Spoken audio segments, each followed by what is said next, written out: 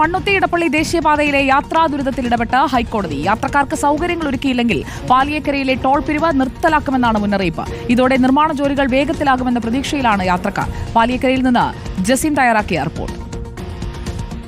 Toll നൽകുന്ന യാത്രക്കാർക്ക് സൗകര്യങ്ങൾ ഒരുക്കിയില്ലെങ്കിൽ പാലിയേക്കര ടോൾ പ്ലാസ നിർത്തലാക്കുമെന്നാണ് ഹൈക്കോടതിയുടെ മുന്നറിയിപ്പ്.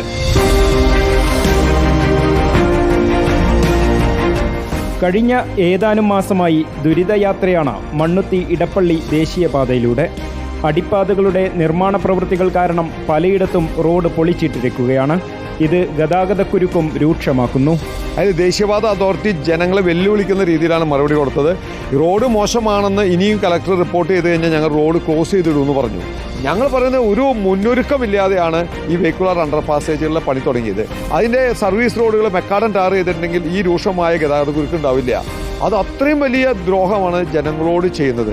ശരിയായ വിധം തടസ്സങ്ങളില്ലാതെ ദേശീയപാത ഉപയോഗിക്കാൻ കഴിയണമെന്നാണ് ഹൈക്കോടതി പറയുന്നത്. റോഡ് മോശമാണെങ്കിൽ ടോൾ പിരിക്കുന്നത് ശരിയാണോ എന്ന് നേരത്തെയും ഹൈക്കോടതി ചോദിച്ചിരുന്നു. ദേശീയപാത അതോറിറ്റിക്ക് ഗുരുതര അലംഭാവമാണെന്നും ഗതാഗത യോഗ്യമല്ലെങ്കിൽ ടോളിൽ കാര്യമില്ലെന്നും കോടതി വിമർശിച്ചു. ഒരാഴ്ച കൂടി സമയം തേടിയിരിക്കുകയാണ് ദേശീയപാത അതോറിറ്റി. അതിനകം പരിഹാരം കാണാമെന്നും പറയുന്നു. എന്താകുമെന്ന് കണ്ടറിയാം. വീഡിയോ ജേർണലിസ്റ്റ് ബിജു അമക്കോടിനോടൊപ്പം reporter PT Muhammad Jasim, in reporter, Thrissur.